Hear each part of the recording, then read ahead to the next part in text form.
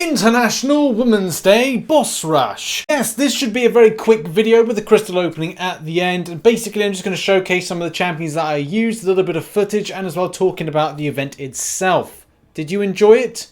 Some people did. Now, due to recording and editing and putting out a podcast to you all with the YouTube-based problems I'm currently experiencing, and as well trying to make sure I do consistent grinding in the new arena in order to record a video for tomorrow, and as well trying to make sure I spend time with a person that I'm going to marry without being chucked out because I put a mobile game in front of everything else, I decided not to record a boss rush video yesterday, and that's why you got one now. Okay, so now I'm going to list off some champions that could be good against this, so champions that I've used, and obviously I'll be showcasing footage as we go on. Iceman, Archangel, Cap, Marvel, Movie, Corvus, better with having a little bit of a Proxima boost, especially with true accuracy, that comes in handy further on. Doctor Doom, Quake, Mr. Sinister, Nightcrawler, Void, Doctor Doom, Warlock, Omega Red, Red Hulk, and Beardo. I have heard rumour that some people have gone after some of the people that have created these particular boss interactions and have been quite rude.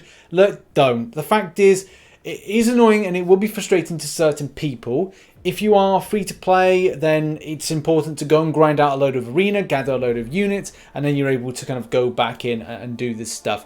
There are options of 4 stars. It can be done with 4 stars. It just will be a bit of a struggle. And look, if you're a lower player and say you lose about 400 units on this, then you have to say to yourself, look, if I took 400 units, I did any other bit of content, would I get 10,000 5-star shards from this?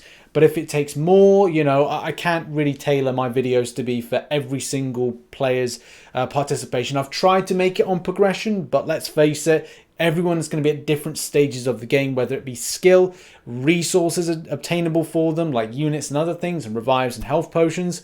So, you know, good luck. I'll go over some of the champion interactions, some things that I thought were good, some things that I thought were bad.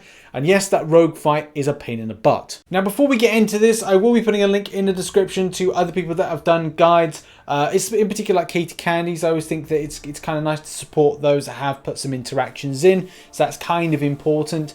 But as well, I'll be very quick with these particular bosses. As a lot of you know, just don't get them pushing specials too much, and if they are, it's SP1s and SP2s all the way. And as well, if you want to look to certain interactions, you want to change the game a bit, you know, Mr. Sinister for Emma Frost to sort out those inverted control problems. For this Wasp fight here, you know, if you're going to Corvus team and you're rocking it through, then it's always nice to use a Proxima Midnight, go into a parry, hit off the heavy attack, and I'd say that's a decent method. If you've got champions that will throw heavy attacks with some sort of debuff ability, you know, you've got Archangel there, you know, there's so many others, especially those that have evade failed, obviously with true accuracy, with other champions, well, like Iceman doing stuff with his debuff effects when it comes to evades, you've got them there. And look, the fact is, as I said, SP1s, SP2s with a lot of these. Suppressing buffs, Mephisto for Medusa, yes, that kind of works, but it doesn't at the same time. There's going to be better options. Yep, X23 is the easiest fight of this. You can really get by a lot of this stuff. Even having the likes of Doctor Doom could be nice. You've got champions like Mephisto. You know, just buff suppression type champions are quite helpful. Anything that's got a bit of power control as well could be quite handy to you. Obviously, this is the problem with having 4 stars versus 5 stars. 4 stars will put less damage into the block, and obviously invade being the thing about both champions have 100% block penetration and 300% increased attack when hitting a block. So look, the fact is you want a champion that's able to put in a good amount of damage in the invade, and that's Corvus Glaive. Yes, you could say Corvus Glaive is the #1 champion for this. Cap Marvel Movie could be a good option as well, especially if you've built up going into binary from the previous fight. So you've put in an SP3, and so you're going into this fight with a stacked out champion as soon as it goes into binary. And there's so many other options to this, and I think everybody's going to come up with different ideas. Now, I've played about with so many different options against Wasp. I tried a Nebula with that Proxima Midnight, as I said a moment ago, and that's kind of cool, but also it's not a good idea. I even played about the idea of Mr. Sinister, so when you got hit with Dismay, that you'd be able to kind of fire back the Dismay, which was the degeneration, and as well with shock you get, especially from the way that the champion triggers off that kind of effect that's built into the abilities. So yeah, it wasn't great. Yeah, I did see some damage pinged back, but it wasn't a great solution. Any champion really that is just maximizing a heavy attack or parry heavy attack method could be really good and helpful. So you know, you got Domino, for example. Domino's Incinerate synergy. You could keep your distance and do stuff with Void, because Void could be a really good champion for this. There are so many options for this. It's just important to understand just that parry, heavy attack, one medium hit, or kind of like medium hit. You know, it's a case that I would say parry, heavy attack. That's maybe the easiest way to say it. Emma Frost is a little bit annoying, and I'd say annoying based on chaining special attacks, and especially when they're on inverted controls, and as well the way that you can go like to SP2 to like an SP1 very quickly. Aggressive regeneration means that you've got to keep up with the pace and the hit. So power control champions could be of help for this, but I would probably say that for me it was Cat Marvel movie. Any champion that builds up based on energy based effects could be helpful. Champions do armor break. There's so many that could be really handy for this. Stark Spidey possibly could be a good option. There are so many options for this that could be open, but obviously you've got a team of 5, so you've got to be very careful of who you're bringing in and how you pad a team around it. Okay, I think for Rogue, I don't really have any solid options. Void, I think, is one of the best, basically, on movement, but you've got to play the game right. Quake as well, if you're a very good Quake player, then yes. For me, wasn't so much, and it was just like, do you know what, I'm just going to put in as much damage as possible, and when I get absolutely knocked out, which, let's face it, aspect of death can be really annoying, especially if Brawl is triggered at the same time, and as well, timing invade, like, that's cool, you'll be obliterating down damage, which obviously is better with a 5-star, but yeah, I mean, I used, I think, a couple of revives on this one, because it was just a case, it was just a frustrating fight, but look, you know, at the end of the day, if you're spending a couple, maybe 3 revives on this entire thing, and you're getting 10,000 5-star shards for nothing, so, you know, it's a thing. Now on to our final fight, and that is Clairvoyant. This is obviously the mean bad boss. Safeguard is frustrating. Do watch out for that, so you're going to see less damage output.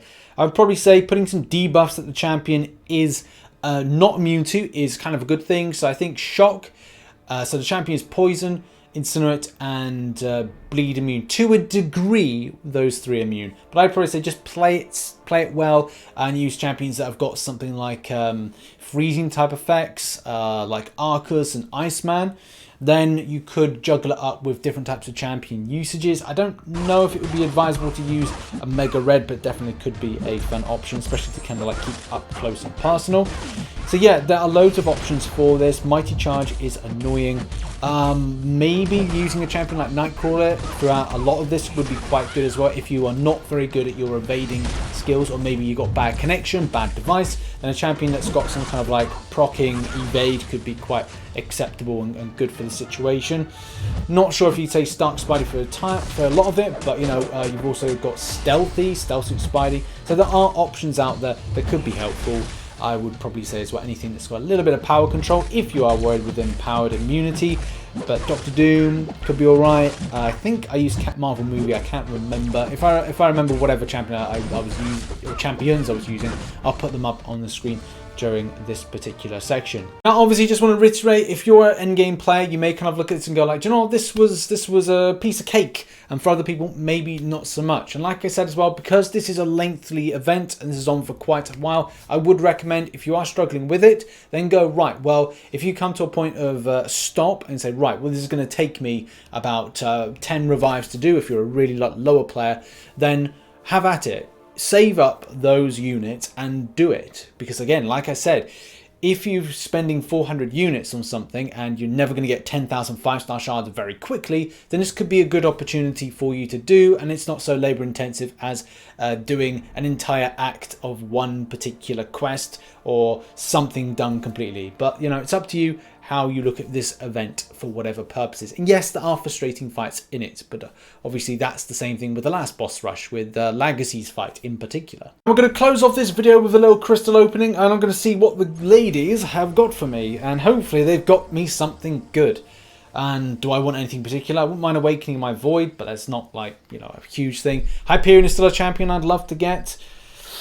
Yeah, there's a whole host of ones. I can't really pinpoint anything in particular. Aegon. Well, I don't have Aegon. That would be really nice, ladies. If you could sort me out, I'd be completely indebted into you, because that would be something would just propel my roster forward for content like Abyss of Legends. So let's see. What do the ladies have for me? They have... Oh dear, I love it when this happens. It's great. Thank you very much to the women of the day, of yesterday, that is. Sorry I couldn't upload this yesterday and say thank you, but you did it. You got me Hyperion for the very first time. Thank you very much for that, and hopefully this video helped anybody that may be struggling. I struggled a little bit too, so I'm not going to say that I didn't, because there were a few fights that were a bit kind of scuffy. But yeah, invade. That's the annoying thing. So, but man, thank you. Yay. And that has been the second video of today. I'm working on a Sunday Arena was it worth the grind type video, but I don't know whether or not to post it today or post it tomorrow. It may be a case I post it tomorrow. So thoughts in the comment section. Do you want that video today or do you want it tomorrow? Check out some new stuff here and also some supporting links here. And I'll see you in the next one. Bye bye for now.